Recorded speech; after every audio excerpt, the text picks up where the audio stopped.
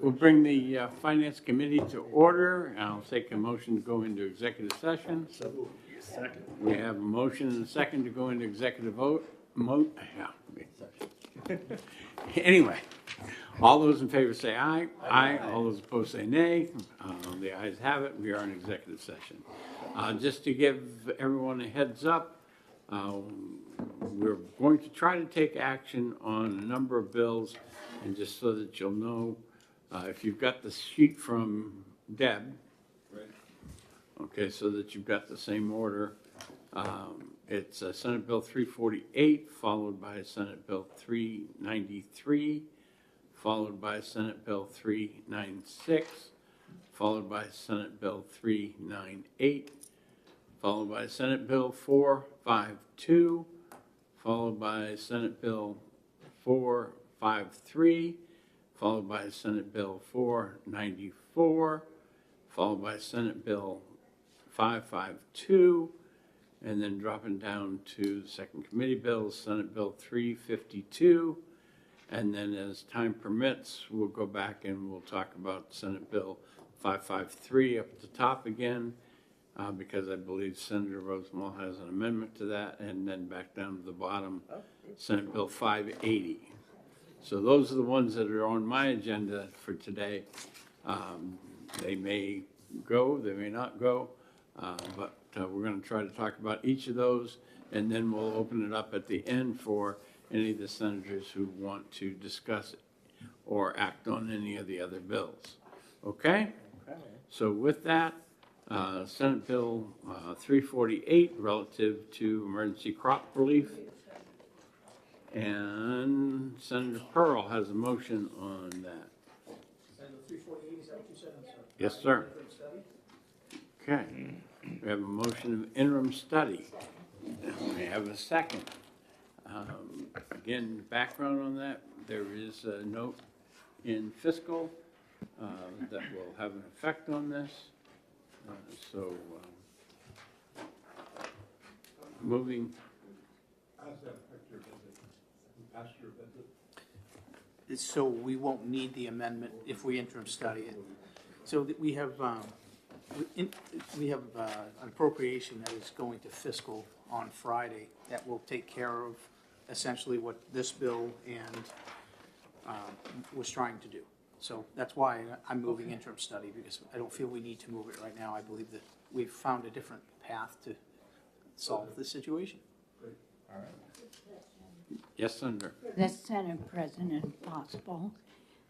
How did we come up with $8 million of ARPA funds available when we've been told consistently that there are no more ARPA funds? Could you tell us that That's a better process? question to ask of Taylor Caswell in fiscal on Friday than me. But as I understand it, and having talked to the governor and Taylor, money has been appropriated through the fiscal committee for ARPA programs. Not all of it has been expended, so it comes back. And and you both have the list of fiscal potential appropriations for Friday. That's money, as I understand it, that's come back. I actually called Commissioner Caswell last week. He hasn't called me back. But this money is a little different because it's not coming from Gopher, it's going from the Department of Agriculture. So I just don't have a good sense of what's out there and how we can get our arms around it. And My suggestion is that because fiscal will have met by the time we get this to the floor, that if there's adjustments needed on the floor, we'll take that at that time, and we can certainly ask those questions at fiscal. well, and I will. Yes, But I just ma'am. wondered if the Senate President had. Senator D'Alessandro, you had a question? Thank you. Either for you or for Jim. But there are a number of bills that we're looking at if there is ARPA money available for those bills, the appropriation could be stripped and the money could be used. But knowing how much money is available, now I understand that the governor has sent a memo out to all of the agencies that got money. If you haven't spent it or allocated, send it back in. And we have asked repeatedly for that number, how much money is there? Because all of that money has to be spent or we're giving it back. I think it would be very appropriate, Mr. Chairman, for us as a committee to know how much money is available as we're pondering all of these financial commitments. The vehicle that I have to do that right now is fiscal. And so I'll be able to take a note, pass it on to Mike, that we would like the commissioner at fiscal to be able to explain to us and answer our questions. Okay, great, thank you. Thank you. Okay. Any additional discussion? Motion is inexpedient to legislate. No, interim study. Oh, interim study? Excuse me. I've got to change here. Interim study. All those in favor say aye. Aye. All those opposed say nay. The ayes have it. And Senator Pearl, you get that one. Next one on my list is Senate Bill 393.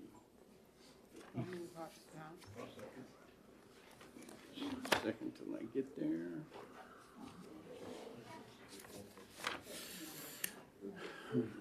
OTP made by Senator Birdsell, seconded by Senator D. And I'll move the amendment on this 346 that Senator Abbas, myself, and Senator Rosenwald proposed. It's really been written by Senator Morse. What it does is, rather than have a general fund appropriation of $25 million, it appropriates $25 million, but only from a combination of federal funds, the Groundwater Trust Fund, PFAS remediation, and grant funding, and then local contributions. So there's no general fund expenditure. I think Senator Morse expects to meet with some of the local communities to further develop this, but I think we can pass this now and send it to the House. Obviously, Senator D'Alessandro, your Rising Massabesic is included in the verbiage of the bill, so I think it makes sense to do it this way and do it now. I've already got first and seconds on both the bill and the amendment. Further discussion? Okay, all those in favor of the amendment signify by saying aye. Aye. All those opposed say nay. The ayes have it. Now OTPA. Do I have any further discussion? Seeing none. All those in favor of ought to pass as amended, say aye. Aye. All those opposed say nay. And Senator Birdsell, do you want to take this one out? Okay, thank you.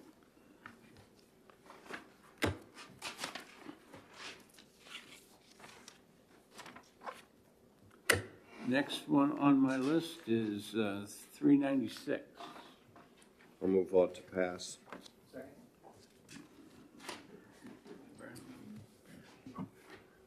Okay, Senator Bradley made a motion of ought to pass. Senator Pearl has seconded it. There is an amendment. The amendment is 0229S. I'll move the amendment. And seconded by Senator Birdsell. Okay. Questions, comments on the amendment? Senator Deek. Thank you, Mr. Chairman. Mr. Chairman, we've had ample discussion about this piece of legislation, and I think we're all consistent in we want the project to be safe and used by the secondary school kids that use it. It's a receiving CTE as well as one of the better CTEs in the state, to be honest with you. I just find it incomprehensible to see a mistake of this size made, money returned, and we have to go to the general fund to appropriate more money. And I don't care where it's coming out of, if it's coming out of the trust or it's coming out of a general fund appropriation. I just, but what we're doing is we're rewarding incompetency. I don't think that's what we're supposed to do around here. So noted, Senator. Thank you. Okay, further discussion. All those in favor of the amendment say aye. Aye. All those opposed say nay. No, And we have 5-2. Okay, now we'll move on to the bill as amended. Any further discussion? Seeing none, all those in favor say aye. Aye. All those opposed say nay. no, And again, a 5-2. And I will take that one out.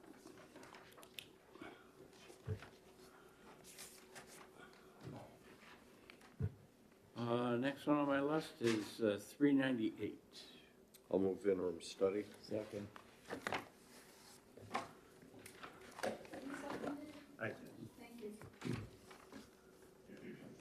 Okay, motion made by Senator Bradley, seconded by Senator Innes. Discussion. Seeing none, all those in favor of interim study say aye. Aye. All those opposed say nay. The ayes have it. And Senator Innes, do you want to take this one out? Absolutely.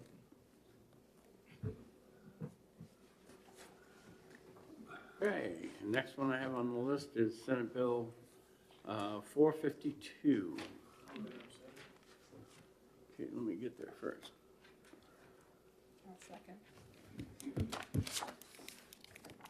Okay, Senator Pearl and Senator Bertzel. Okay, discussion. Senator Rosenthal, myself. Thank you. We have been underfunding the Small Business Development Corporation for several cycles.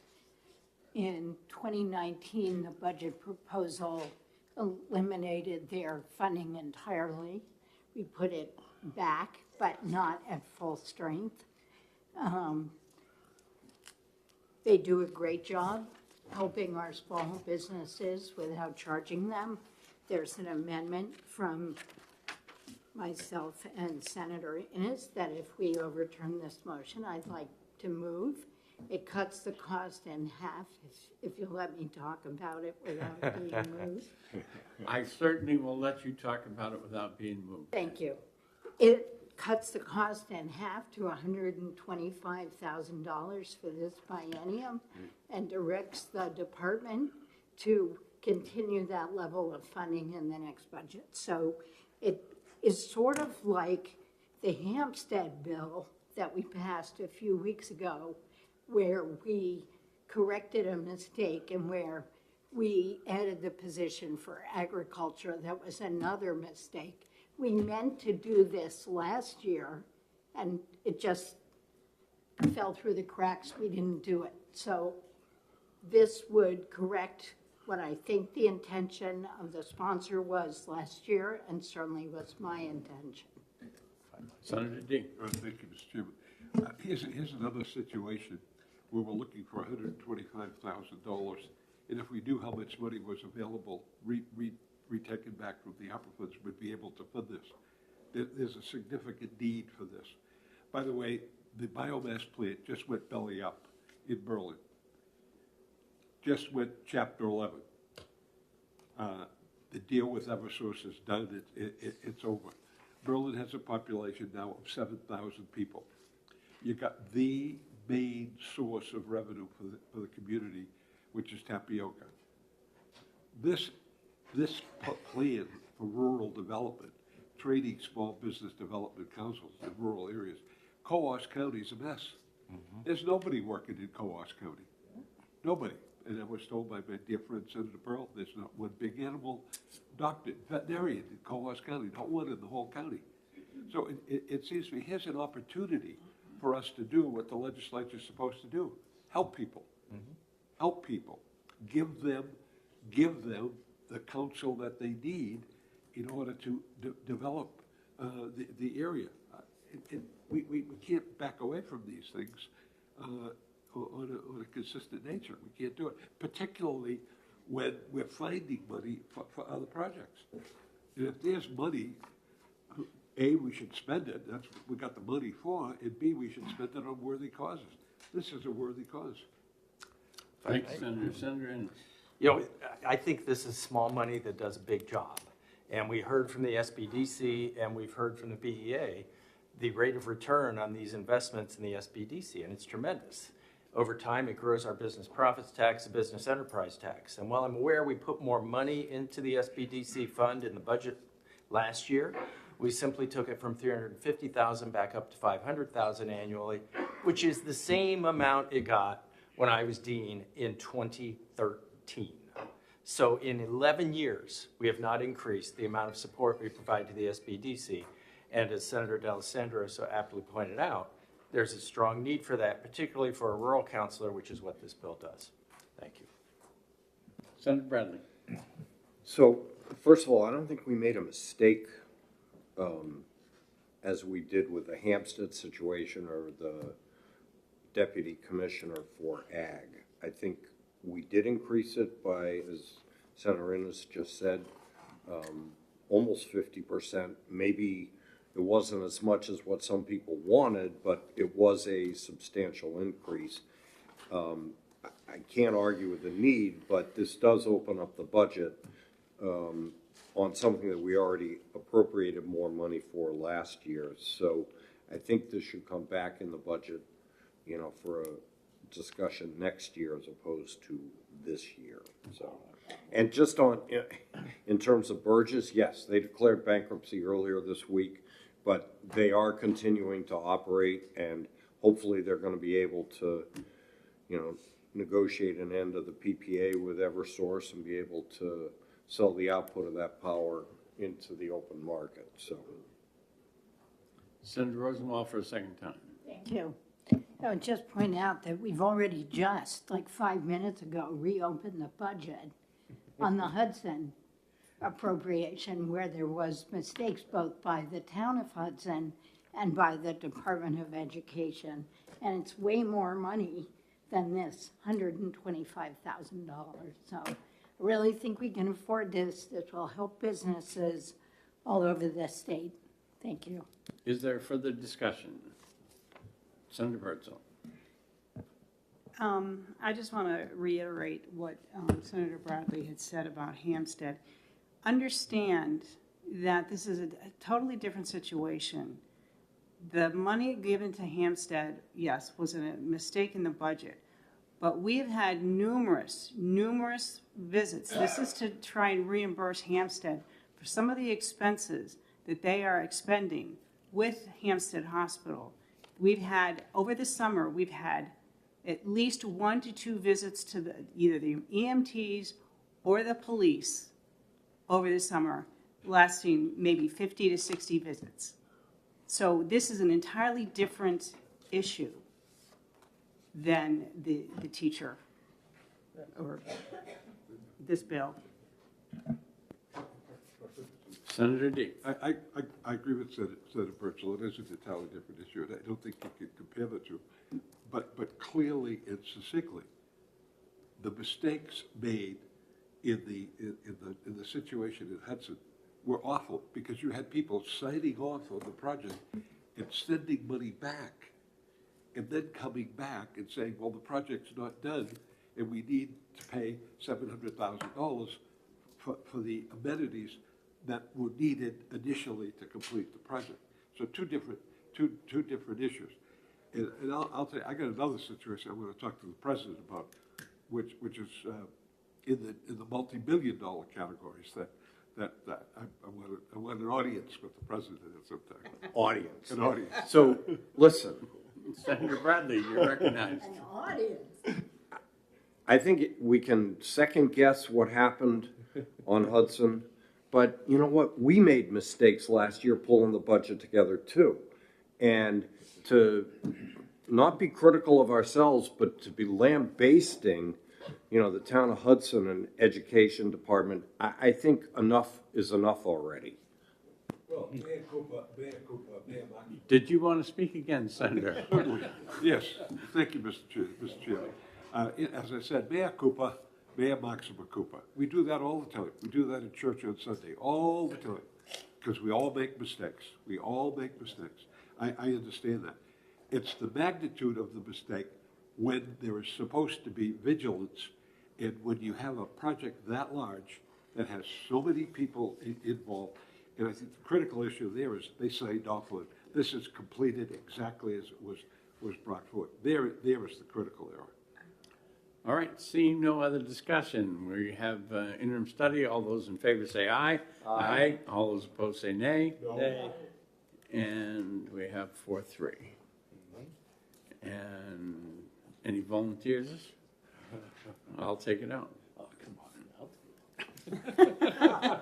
You can't, you I didn't know I vote on the can't. prevailing I'll be side. Speaking so- after you.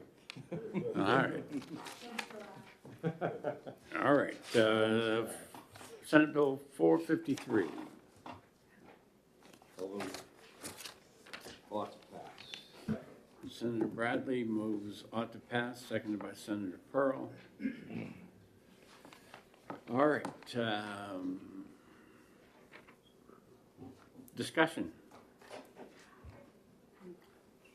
Okay, seeing no discussion, all Senator those. Rizzo. Oh, I'm sorry, I didn't see it, Senator. So you have this chart of small numbers in front of you that I got from the Secretary of State. Well, the top two lines I got from the Secretary of State.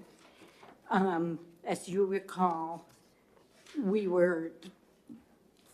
well, the answer is that we have to keep 12 times the amount after an expenditure, which means that we can spend 7.7% of the funds every year. Having gotten the top two lines from the Secretary's office, I got out my calculator and did the calculation on what the percentage. There are some years where we have spent more than 7.7%, including this year. We're expecting to spend below that amount. So I think if we wanted to, we could do some of this appropriation from the HAVA funds. I think the bill's necessary. I think it's a great idea, but if we are concerned about our general funds, we do have the ability to direct the secretary to spend these funds. So I offer this to the committee. I understand that you've offered that, and the problem is that I've got a motion in front of me about to pass, and you haven't given me any numbers or any amendment or suggested a committee amendment to do it. So that's the parliamentary position that I'm in right now. I'm hoping that I hear a chorus of, what a great idea. And I'll withdraw my motion and let's exec this next week and let Senator Rosenwald come in with I mean, an I amendment. would, Senator because I didn't know Rosenwald, until, is that acceptable? yes, I didn't know All right. until 5 minutes before we started what we were taking up. Absolutely. I will bring in an amendment. Thank you. And run that by the Secretary of State so we Yeah, well, have his agreement or Of course. disagreement. Please. of course I will. Okay, next. Senator Gray, Yes, sir. are we going to start the hearings at precisely 2 o'clock? We will do it as, I've got another 5 minutes according to my watch, so. Well, I know that Senator Susie is sitting here, and I want to exec 352 while she's here, All right. I'll move on to pass. and I'll second that. Senate Bill 352. Second, okay.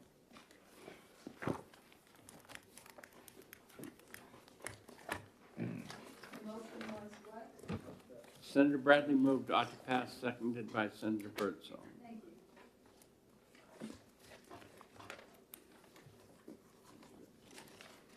Senator Bradley, did you have comments? I think this should be one of our top priorities. It is a non-budget year appropriation, but I think a lot of work went into coming up with a plan. It could not have been submitted for the budget last year. This year it's ready to go. It is a life and safety issue for firefighters. I think we should pass it. Senator Burton.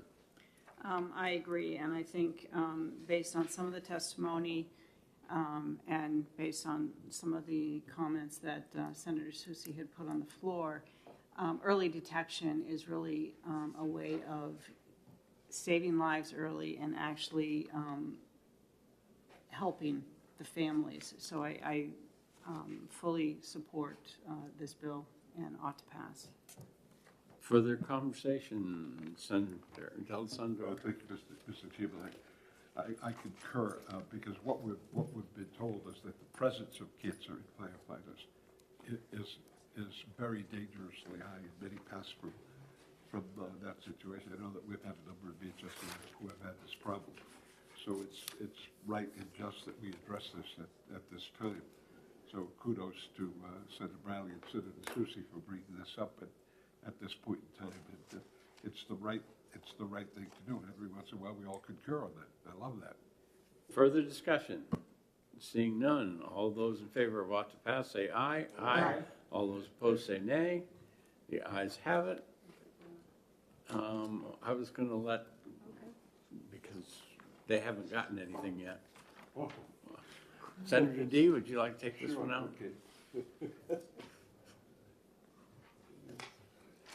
Okay. I'm still going to try to sneak another one in here. 394, I think, is the next one. 494. Excuse me. Let me get there. Sorry.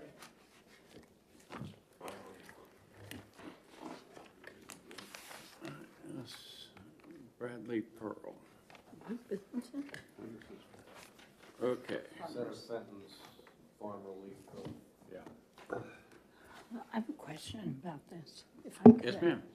So, since ARPA money seems to be available, and somebody obviously talked to the Commissioner of Agriculture to get an $8 million ARPA appropriation for the other farmer bill, is the plan to ask for the same treatment of this bill?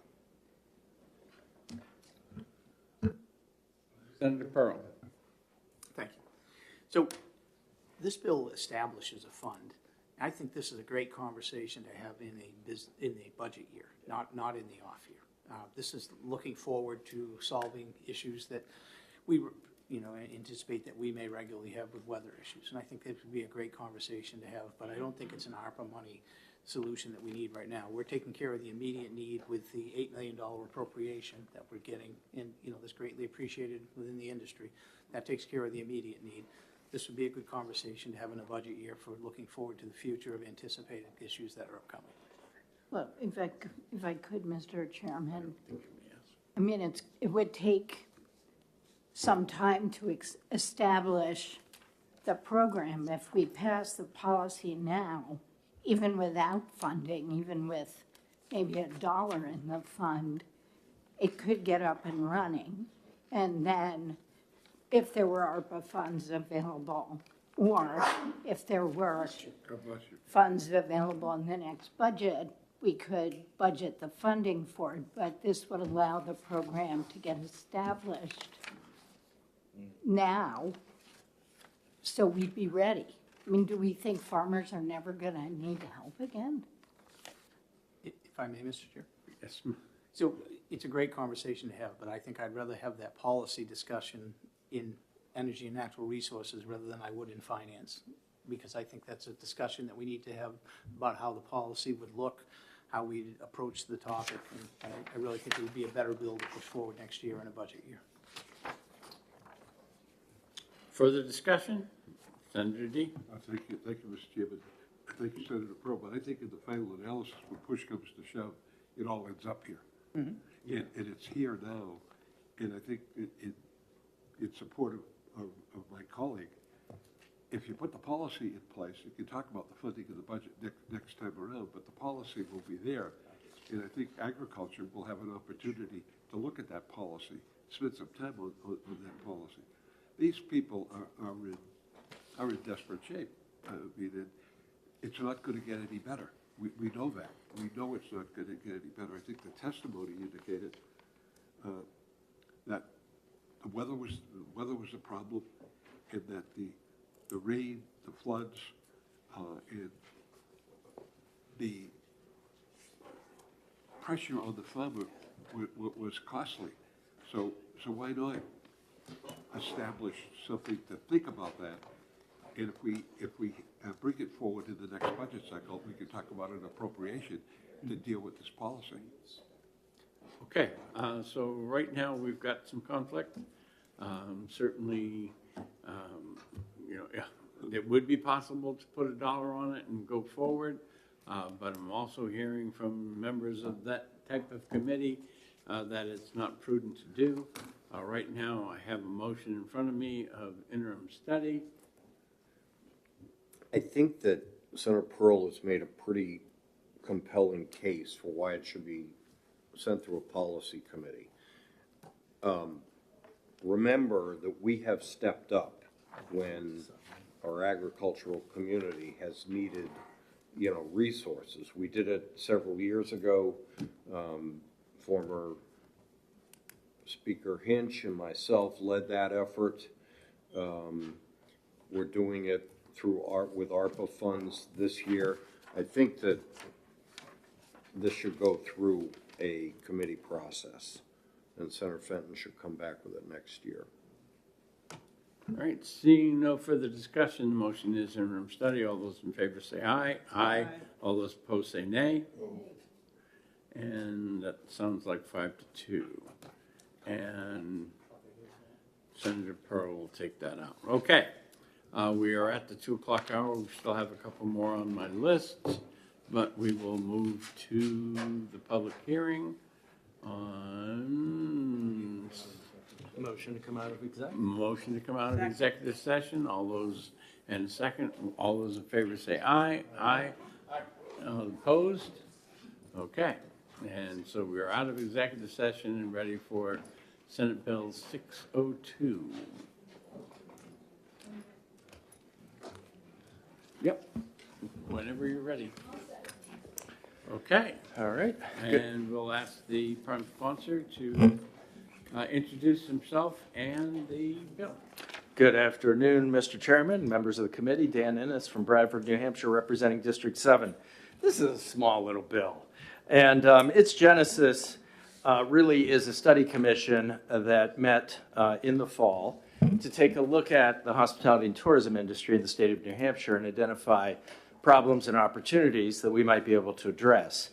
And while I'll be the first to agree the best place for something like this is in the budget, and if I'm fortunate enough to be back next session, indeed, I will bring that forward as a part of the budget process. But there was also a recognition by the members of the committee, which included representatives from the system, the community colleges, our high schools, and other vocational programs, that there is a need to get things moving quickly.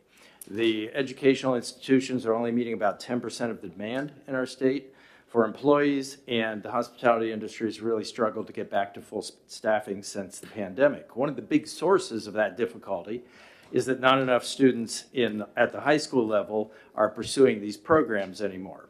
And we think that's a perceptual problem in large part. So this bill simply allocates $25,000 each to the community college system of New Hampshire and the university system of New Hampshire for a modest marketing and outreach program that would launch very quickly to try to interest more students in the program. I've talked with Taylor Caswell and the BEA about what we might do next year to advance this further and faster, and he is more than willing to work with the community college system, the university system, and perhaps our vocational schools to drive student interest to help our business community. And ultimately, that's what this comes down to, is helping the business community in one of our state's largest industries to meet the demand that is coming at them. And I would anticipate, particularly if the economy does soften, that we'll see more regional travel, more long weekends, and we're going to need these staff in our state. So I encourage the committee to pass this forward and give us an opportunity to provide just a little jump start in this area. I'm happy to take any questions if there are any from the committee. Thank you, Questions Mr. from Chair. committee members? Seeing none, thank you very much. Thank you. Next on the list is Shannon Reed.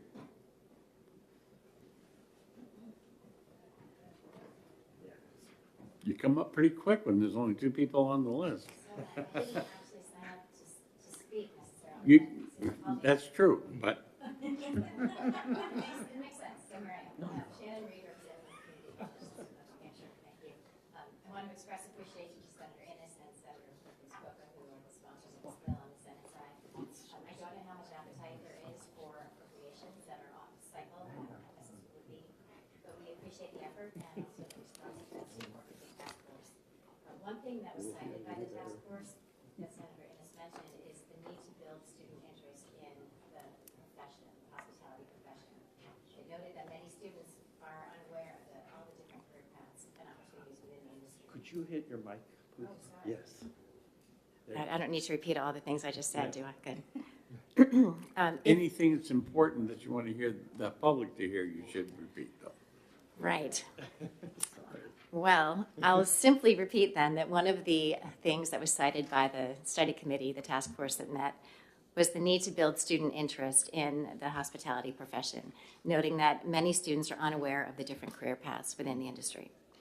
If you do choose to pass this bill, one of the ways we would look at using the funds would be to host what we call Discovery Days, where we bring students to our campuses. We would have them meet with faculty, tour the campus, see our commercial kitchens and our culinary programs, for example, meet with industry partners who are on our advisory boards who can talk about the need and the opportunities for students who pursue careers in the hospitality industry. We have done this in the past, had some discovery days that focus on early college students. Those are students taking courses while they're in high school that have college credit that are focused on the hospitality industry. And also any student who's in a CTE program that is focused on the hospitality industry, like a culinary program. We would look to expand this to the middle school population because we keep hearing that you really need to build interest early in students so that they kind of have a vision of what they might want to do and what some of those pathways are here in the state of New Hampshire for education and then for careers here in the state. This could include summer programming, summer camps that engage middle schoolers, and we would use the funds to support that type of an activity, along perhaps with the creation of some marketing, more traditional marketing materials. Programs like ours help students see their career paths in the hospitality industry, ones that go beyond the entry level, and they include things like large-scale institutional responsibilities, marketing, management, finance, business expansion. There's so much more than what people see that is entry level and maybe starting at a lower rate of pay that can really expand to a very livable salary. Industry data shows continued demand for people in the hospitality sector. There's been continuous growth in recent years. Of the 20 job categories listed by the NAIC, that's the North American Industry Classification System, all but 5 of them show growth year on year, with several hundred openings right now and really at any given time over the last year, accounting for some seasonal fluctuations. So again, we thank Senator Innes and the sponsors of this bill for the idea to kind of jumpstart what might hopefully be a more prolonged effort when you get around to a budget year. But we would certainly love to see this come through, and I'd be happy to take any questions. Questions from committee members? Seeing none, thank you very much. That's all the people I have on the list. Signed up online was 1 support and no opposition. Anybody out there that didn't sign up that feels the need to speak? Seeing none, we'll close the public hearing. And senators, let me ask you whether you want to go back into executive session for 5 minutes or take a 5-minute comfort break.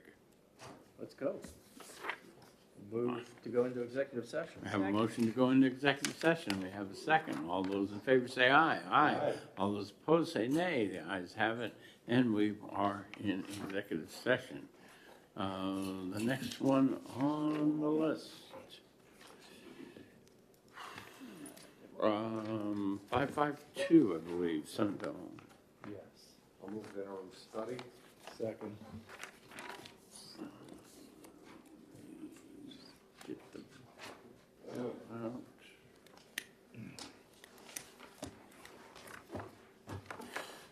Senator Bradley moves interim study, Senator Ennis seconds. Discussion. Senator Bradley. Last year in the budget, we rejected capping the education trust fund and moving resources into the general fund. There's a bill in the House that does the same, proposes to do the same thing again from the same sponsor. We opposed that last year. We should oppose that this year. Senate Bill 552, to me, even though it is a worthy cause, we've already funded and I know it was only $1, but a teacher retention initiative already that can be considered in the next budget. That's the place for this. I think anything that strips money out of the education trust fund as we are contemplating what may be the end result of the Conval lawsuit is just not appropriate. So, thank you. Senator Rosenbaum. Thank you. I certainly appreciate your concern about the Conval lawsuit, and I think it's reasonable. But Senator Susie does have an amendment, if we don't send this bill to interim study, that would cap the transfers to $10 million for funding Senate Bill 217, which we only put $1 in last week. We know that teacher salaries are not high enough. We're having trouble getting teachers, particularly in the rural districts, but we see that in Nashua. They leave for Wyndham or Bedford, where they make more money. So I think as a short term, and maybe 10 million isn't the right amount, maybe it's 5 million, but I think we could even consider this as a short-term approach until we do the next budget. Thank you, Mr. Chair. Further discussion, Senator Bradley? Actually, Oh, Senator D'Alessandro. Thank you, Mr. Chairman. I think Senator Roosevelt makes a lot of sense.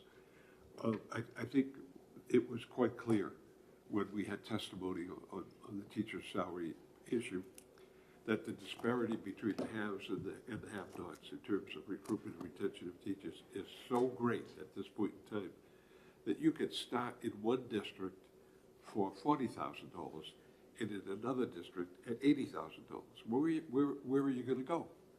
I mean, where are you going to go?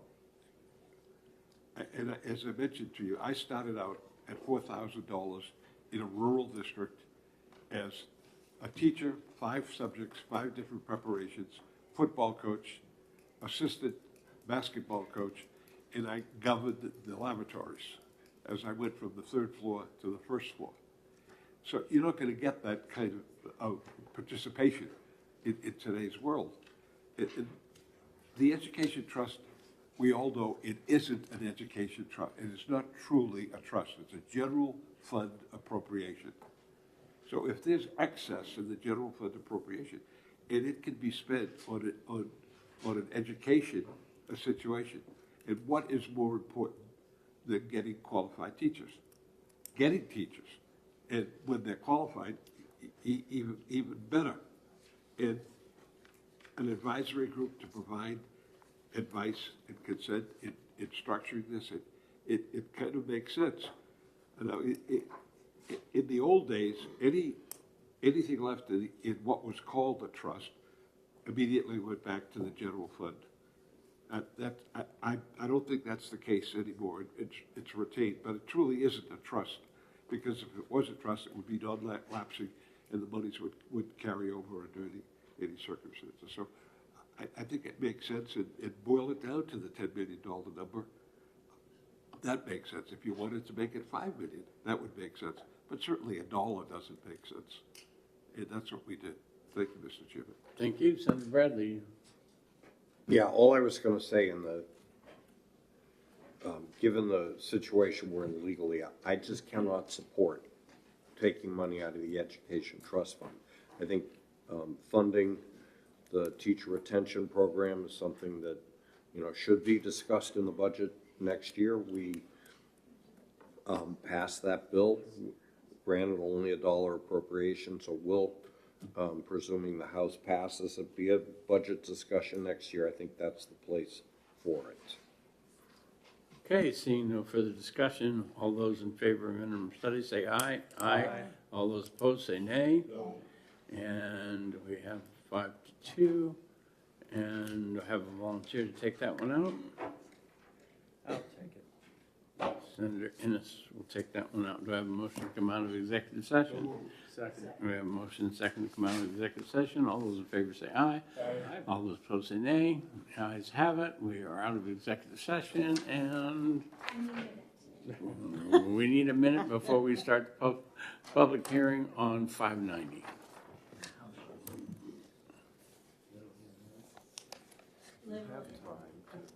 That's okay.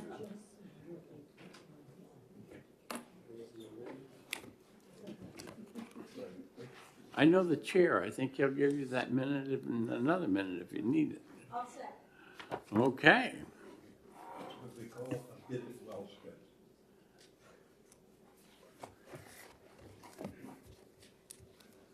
spent. Okay. Senate Bill 590, we have the prime sponsor, and she can introduce herself and the bill.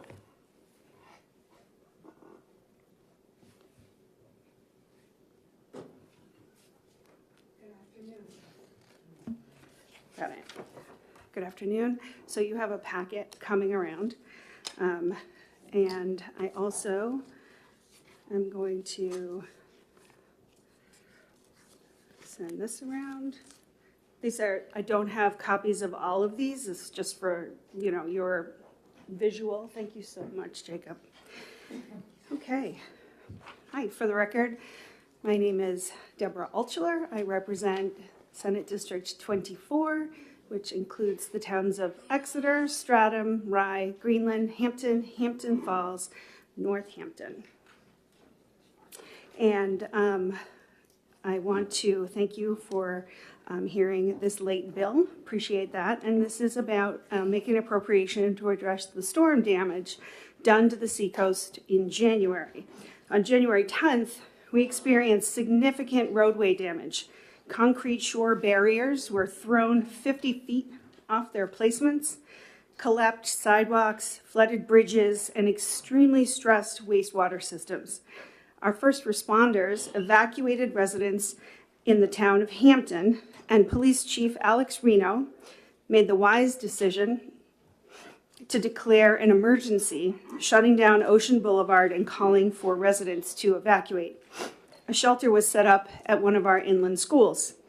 But that was just the beginning. We got walloped a second time on January 13th. These storms brought high tides, high winds, and more historical coastal flooding, causing more damage to our communities.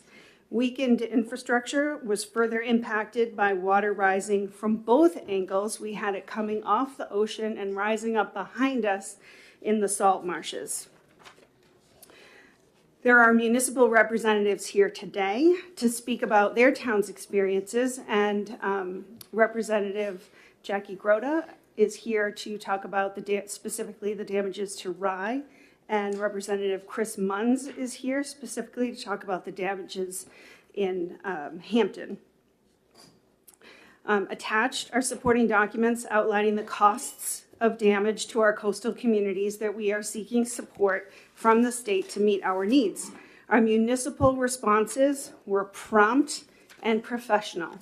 The Seacoast is an economic engine for the state, and we have had significant damage that we need assistance in repairing. Be assured we are actually aware that coastal resiliency is a challenge we must face as we repair, rebuild, and plan for our future. And we thank you for your time and consideration. Within your packet, I also want to bring your attention to an amendment. When this was first drafted at OLS, there was a typo, which I don't know if it's actually a typo. It was an omission of the language that I submitted. And on line 6, you can see added for municipal response and infrastructure repairs. That was the intention in submitting this. So this amendment fixes the original. I submit to you copies of some of the news coverage, which I hope you saw, and saw some of the drone footage. And then we have information from all of the towns listed in the packet. And on the back of my testimony, which should be first page, you can see the totals that each of the towns have submitted as we've been, this is the totals as of absolutely the end of day yesterday. So we pushed it as far as we could in gathering that information. And I'd love to have Representatives Munns and Grota join me to talk about Hampton and Rye. If that's good If to they you. want to Yeah. come up. Thank they you. Certainly.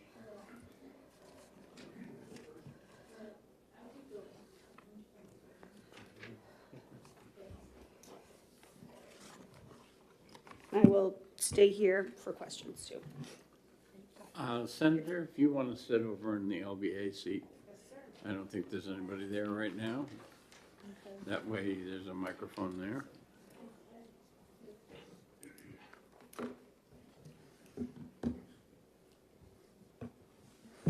Good afternoon. I'm Representative Jackie Grota. I represent the towns of Rye and Greenland. Accompanying me today is Representative Balboni, who represents the town of Rye, Greenland, and Northampton, and Representative Malloy, who represents the town of Rye and Greenland, and we're all in support of the bill. With me is the Rye Town Administrator.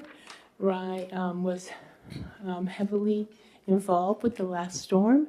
In fact, one of our Seacoast residents, their house caught on fire during the storm, requiring the police, the fire chief and the firemen to go out, which caused damage to our fire trucks because of the large boulders that were in the road. And during this incident, the resident also had a cardiac incident. So if you could imagine everything happening at one time, it happened to that person. But luckily, we were able to take care of everyone. Our fire department personnel were able to put the fire out despite the waves that were hitting the house and ripping off the siding. So it was quite the day, and we wanted to share with you the costs that the town has incurred as a result of the storm. So I'm going to introduce you to our town administrator, Mr. Scruton. The Honorable. That's right. Thank you very much, and thank you for hearing our testimony today. I am here to support Senate Bill 590 FNA, which provides critical funding to a number of Seacoast communities that were ravaged by not only the storms but by the flooding caused after the first storm weakened a number of the pieces of infrastructure designed to withhold the water, including seawalls and the shale piles. And after that was damaged, the impact of the second storm was significantly felt in these communities. So this would provide a critical infusion of much-needed resources and financial support to expedite the recovery and the repair efforts to these communities. And it is an investment in our future ability to withstand these storms and other additional challenges. So thank you for your time and consideration of this bill. And I'd like to let the committee know that last night I did send you an itemized list of the expenses for the town of Rye. Okay, questions from committee members? Senator D'Alessandro? Thank you, Mr. Chairman. Is there an attempt by the communities to get to FEMA and ask for assistance? Yes. Has that been filed? Well, the Department of Transportation is responsible for the damages on Route 1A, so they file for that. The list that I sent to you were those expenses in addition to that the town itself incurred. Okay. So, if I could, Mr. Chairman, so the DOT has applied to FEMA for the work that they would cover, that's the roads, bridges, or anything of that nature. Correct. In that application, is the damage to the town, is that covered? I don't believe that is covered, no. Okay. The cost that I sent to you last night, the $30,000, is not part of that. Okay. Additional questions? Okay. All right, thank you very much. We've got several people that have signed up, but there's only one Chris Munns representative that has checked the box to speak, so. I'm gonna check his name to speak right now. So we'll get to him next.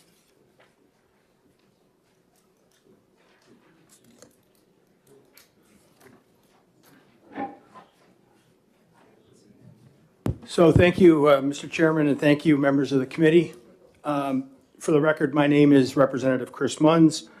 I serve as one of the 4 representatives from Hampton in Rockingham County District 29. And with me today are 2 of my fellow Hampton representatives, Tracy Emmerich and Mike Edgar. I'm here to testify in support of SB 590 to provide you with a sense of the damage recent storms inflicted on Hampton. On behalf of my constituents, I would also like to thank Senator Altshuler for filing this bill and to thank you for scheduling a hearing on it so quickly. So thank you very much. If The storms of Representative Emmerich wants to come up and join you at the table, that's fine. And you mentioned one other name. Representative Edgar. Does Representative Edgar want to come up at the same time also? No? He's good. All right. The storms of January 10th and 13th were just the latest in a series of significant flooding events impacting Hampton and most of the rest of the seacoast. In late December 22, high tides, a storm surge, and strong winds caused flooding, particularly along streets facing and leading into the salt marsh. Most of that damage was to private property. It is unfortunately something that has become too frequent to many residents in Hampton and elsewhere along the seacoast. After the storms of January 10th and 13th, the town of Hampton submitted to the New Hampshire Homeland Security and Emergency Management an estimate of damages to our public infrastructure totaling $333,478. And it's my understanding that that Homeland Security and Emergency Management is compiling all the information to submit to the federal government for federal assistance. A summary of the estimate of that is attached to my written testimony for your reference. The largest ticket items are $102,000 for damages to the parking lot and seawall at Bicentennial Park. Pictures of the damages there are included on pages 2, 3, and 4 of my written testimony. $100,000 to repair damages to a culvert under Toll Farm Road. $38,478 for damages to various fire department trucks and vehicles. $31,880 to repair damages to the HVAC system at our beach fire station, and $20,000 to repair damages to our town beach at Place Cove, including the walkway and steps to access the beach from the public parking lot. These are initial estimates, and I am sure that as the full extent of the damage and the needed repairs is evaluated, these estimates will increase. It is important to note, however, that these estimates do not include damages to local businesses and individuals. While those damages do not fall under the heading of infrastructure and may thus not be within the scope of this bill, they are real and have been significant. An indication of just how extensive they were can be seen in the pictures included on pages 4 through 8 of my written testimony.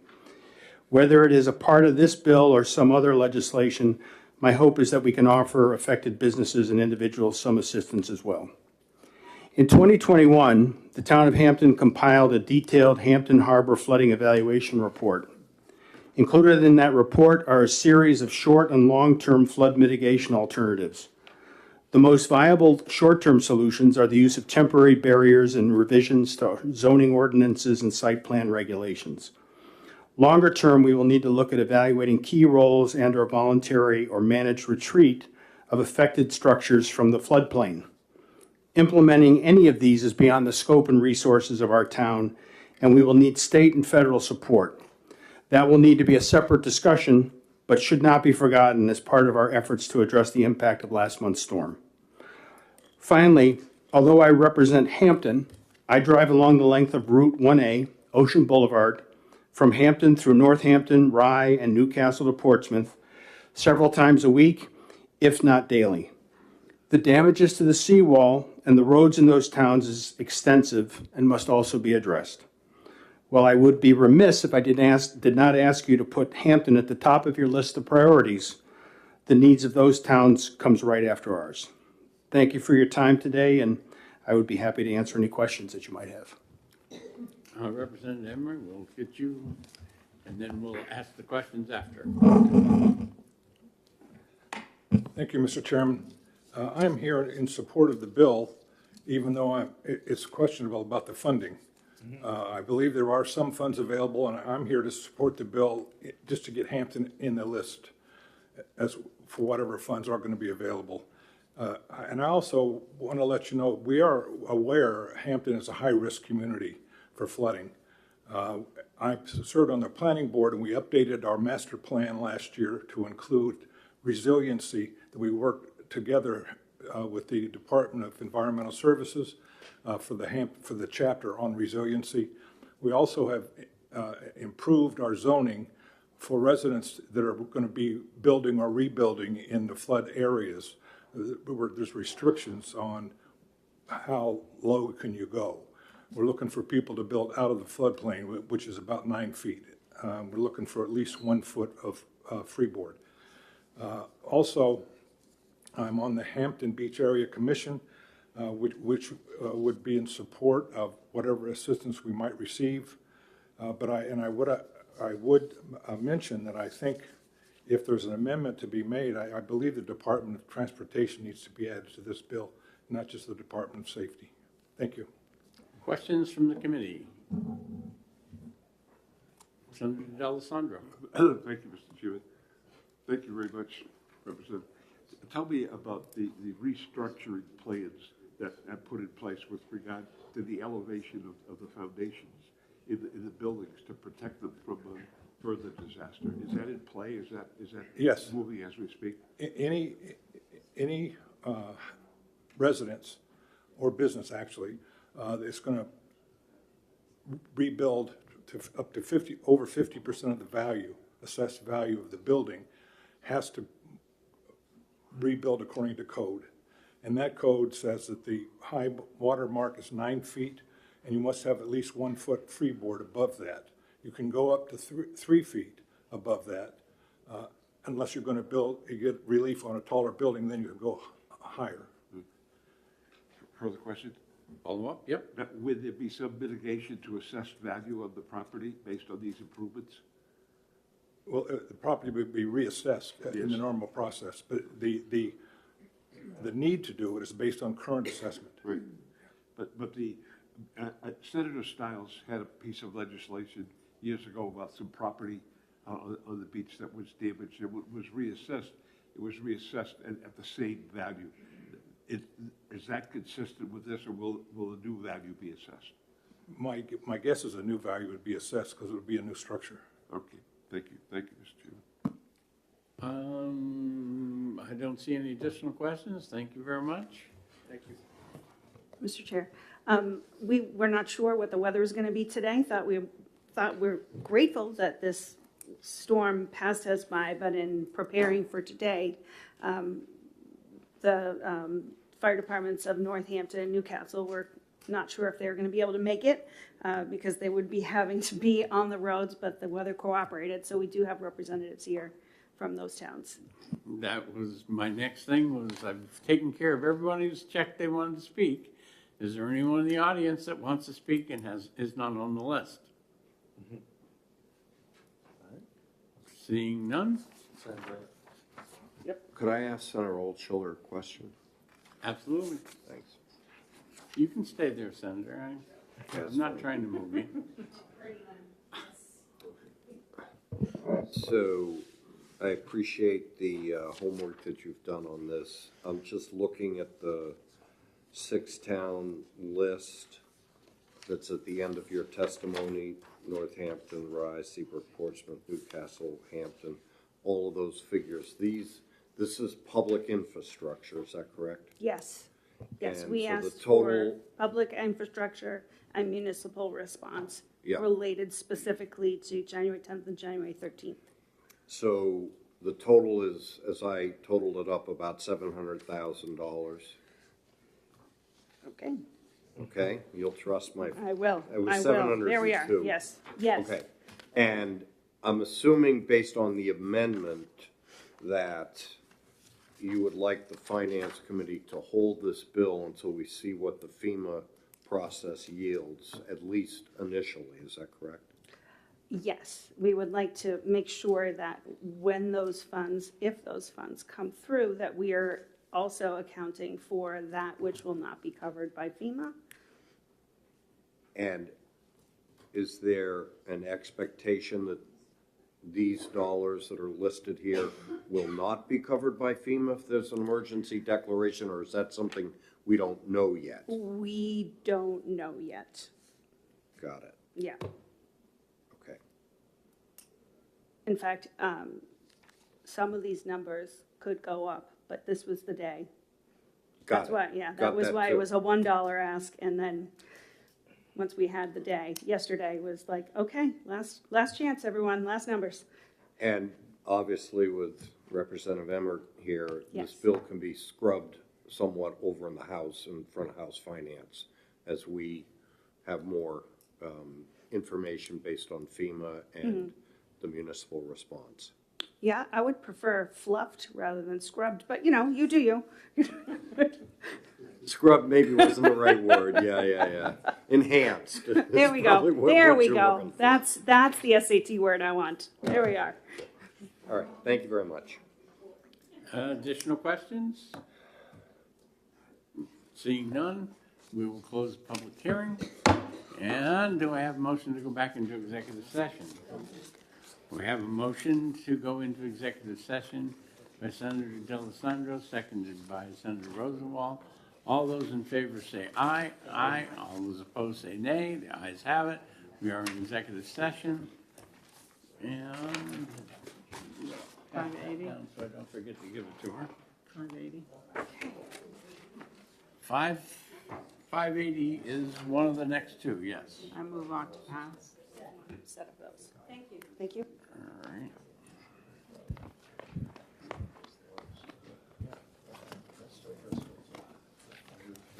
See, my office, you were cold, now you're warm. I know. Okay, Senator Birdsell has moved 580, ought to pass, seconded by, I think, Senator Rosenwald. Discussion.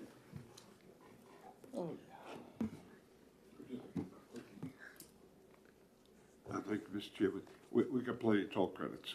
I can tell you that.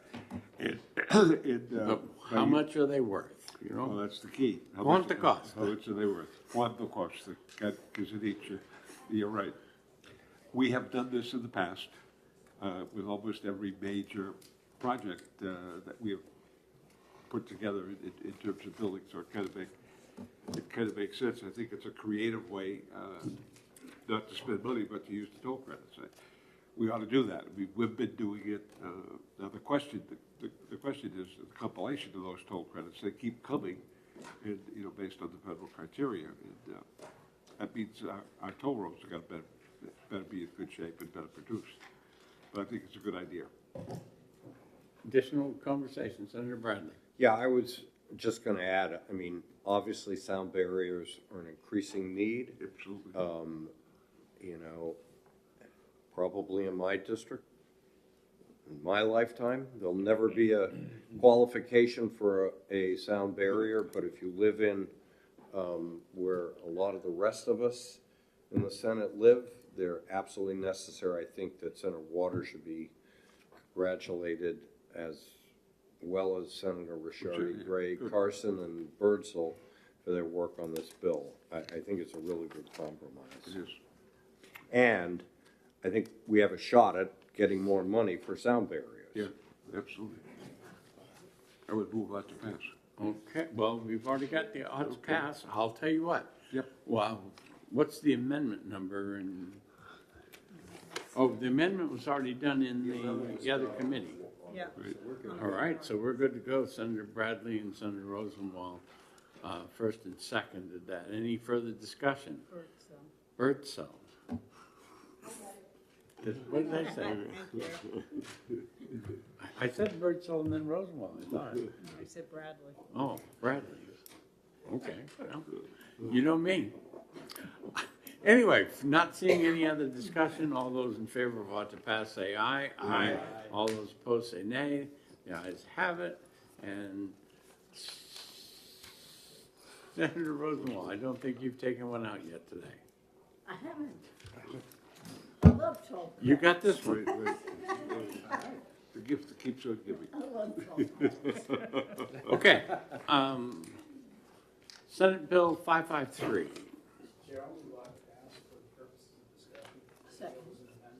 We have a motion of ought to pass by Senator Pearl, second by Senator Rosenwald. Get the amendment, your amendment. Discuss, Senator. Well, I'm very much in favor of the bill of bringing New Hampshire money back to New Hampshire and keeping it here. But I know Senator Rosenwald had some concerns, or an amendment, excuse me, to raise some of the, address some of the concerns that were raised, especially by the state treasurer. So I'd like her to introduce that amendment and talk about it. Senator Rosenwald.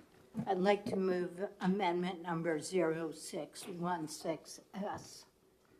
And if it's seconded, I'd like to speak to it. I would second that. Okay. Thank you. So this is an amendment that the state treasurer, who's here, actually drafted. Why don't you come up, because I'm sure there's going to be questions. It's drafted as a replace all amendment, but it does only three simple things. First, in the underlying statute, there are references to rules adopted under 541A. There are no rules on this program that have been adopted.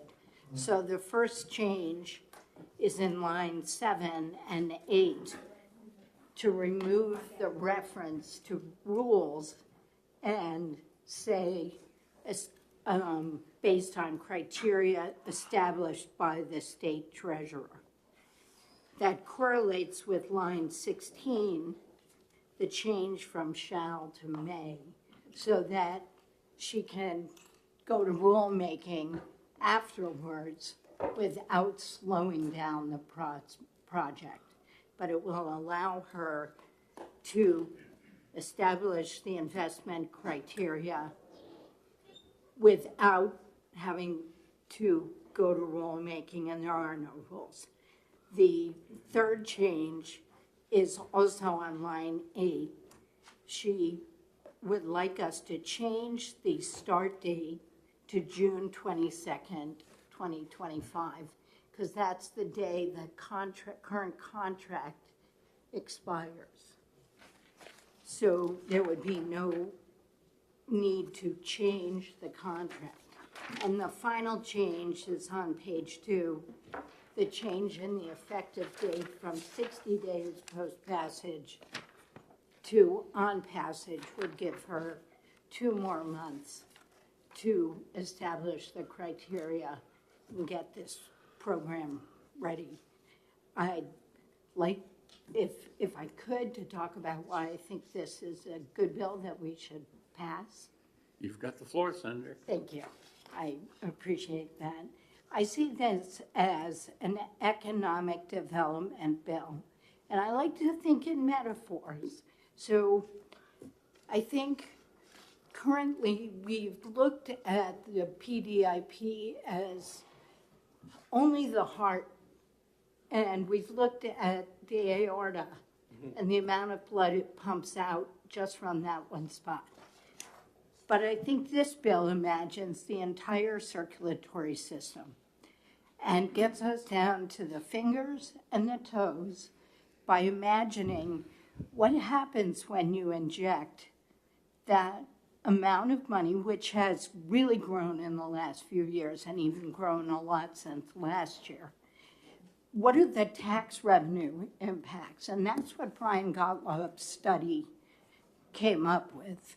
When he looked at property taxes and other taxes for the cities and towns, the additional revenue they would receive is between $11 and $12 million a year.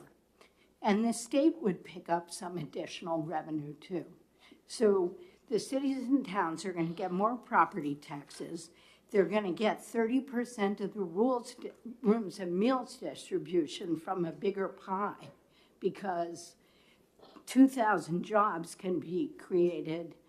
It increases the state's GDP by $200 million and will make commercial lending of almost $200 million more available to small businesses, which we know are critical for the health of our state.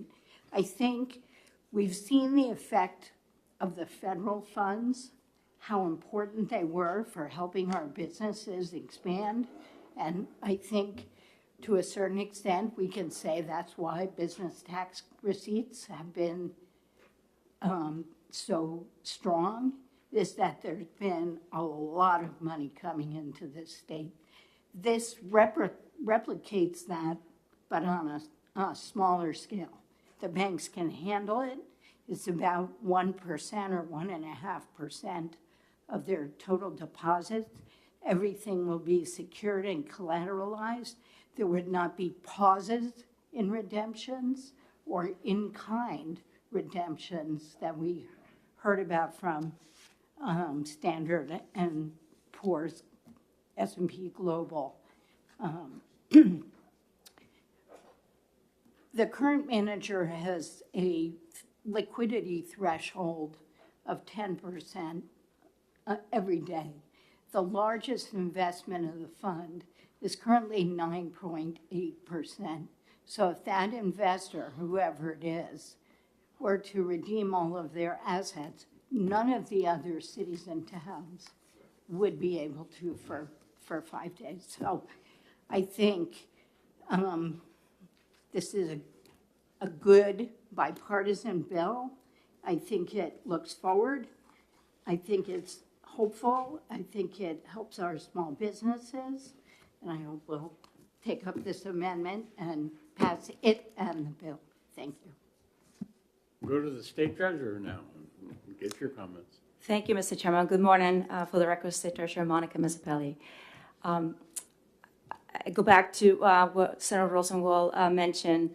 My comment to Senator was, if this bill were to pass as introduced, I would just need this few adjustments to the bill in order for me to issue an RFP to see what will happen with this change. This change will be a significant change just because the current investment policy allows for more diversification and it follows the best standards. So by going to 100% deposits that need collateral, that will be a change. So with that, that means that I will need the time from now until the contract ends to issue an RFP to see what kind of responses I get.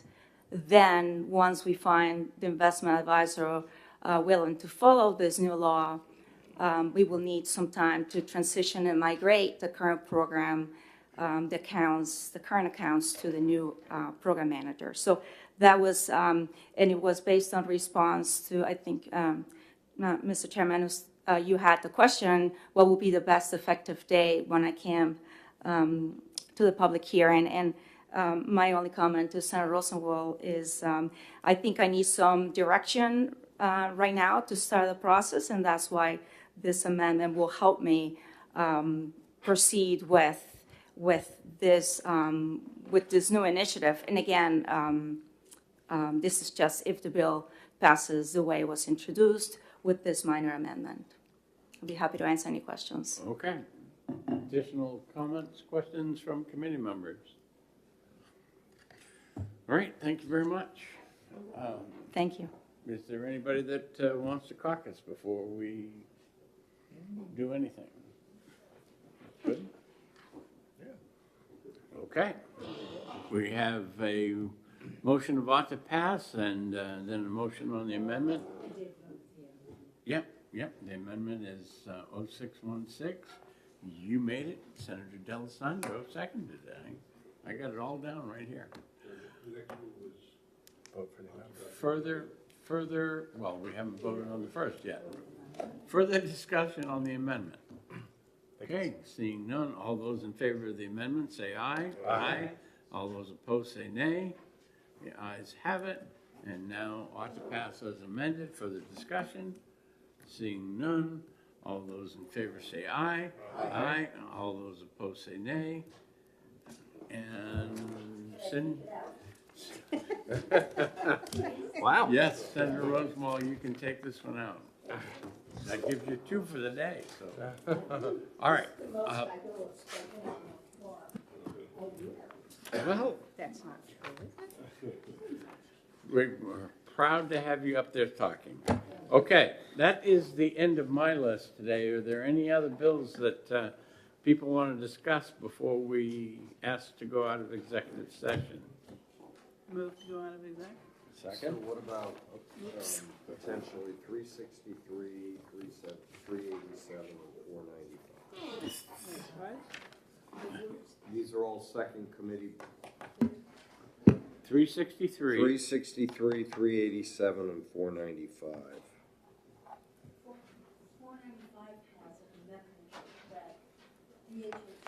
Oh, okay, all right, I apologize. We could do 363. Right. All right, so let's open up our folders to 363. Yeah, I'll move on to pass. well, just to, let me, because there may be amendments, we want to make sure that the aide has got her stuff.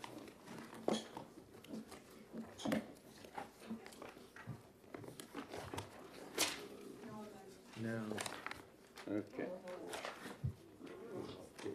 it was amended previously. And the amendment was to move the effective date out to Correct. 2027. That's right.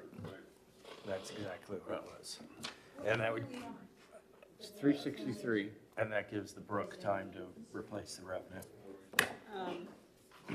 The effective date was changed in committee Correct. to January 1st, 2027. Oh, okay. Last week, correct? Yes. You're not talking about method. No. Correct. Thank you. We're good. All right. Okay. So do we have a motion? We do. Second. Yep. All right. What was it? Ought to pass. Thank you. Ought to pass. I didn't hear the first one, but I did hear Senator D and Senator Rosenwald for a first and second. All right. Doesn't matter. His name's I didn't in have the my paper. microphone His name's in on. the paper.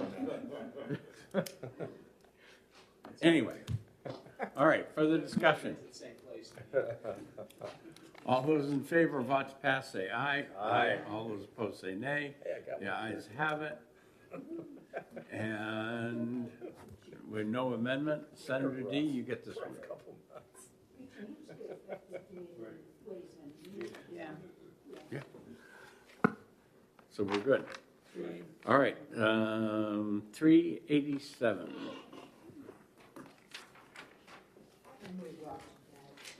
Second. Oh, yeah, this is a good. Okay. This is relative state parks pilot program for recovery center and community. Okay. Further discussion? All those in favor say aye. Aye. All those opposed say nay. The ayes have it. And who wants to take this one out? I'll take it out. Okay. Okay. Okay, Big dent in our list. Yeah. who else has a suggestion for anything for us to look at?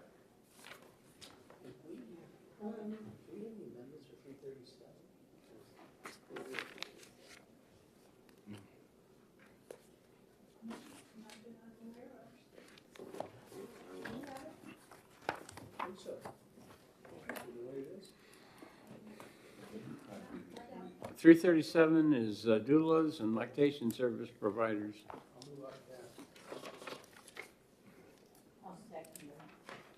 OTP Pearl, Rosenblum. All right. This one here, the reason it came to finance is because between the revenue and the increase, I wasn't sure if it got to the limit that we have been working under.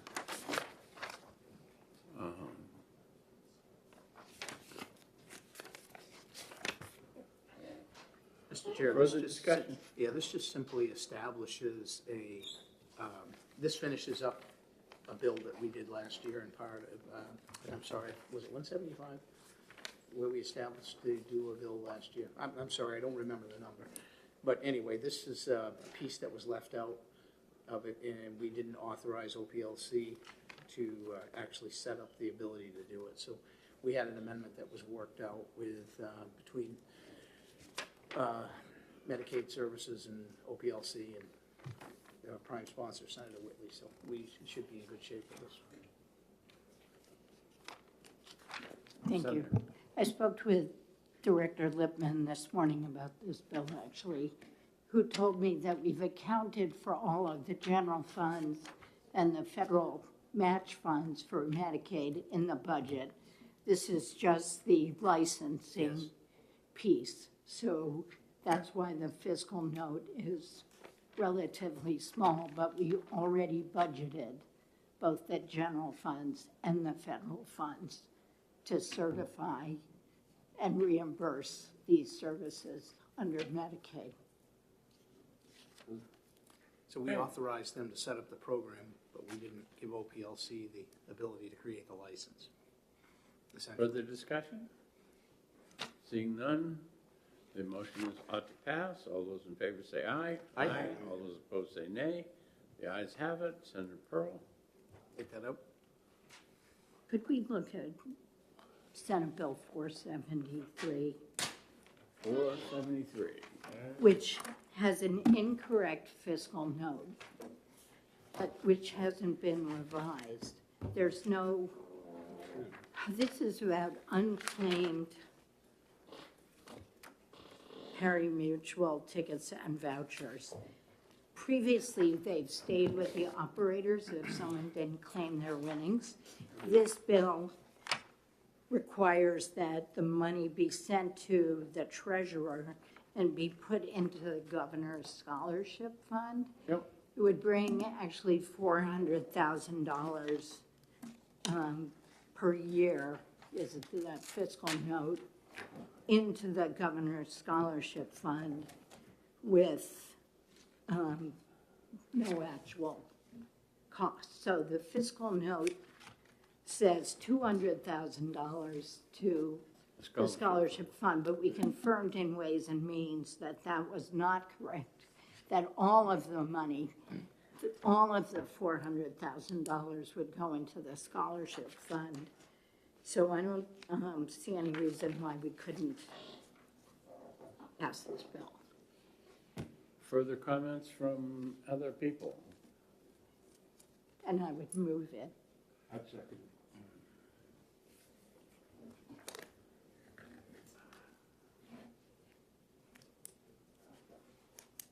Okay, seeing no other discussion, all those in favor say aye. Aye. All those opposed say nay. Ayes have it.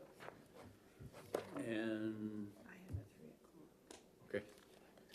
Senator D, you get to take this one out. Do I have a motion to come out of executive session? So moved. We have a motion to come out of executive session and a second, I think. All those in favor say aye. Aye. Our business of the day being complete, we are adjourned. There we go. Oh, you did a big debt.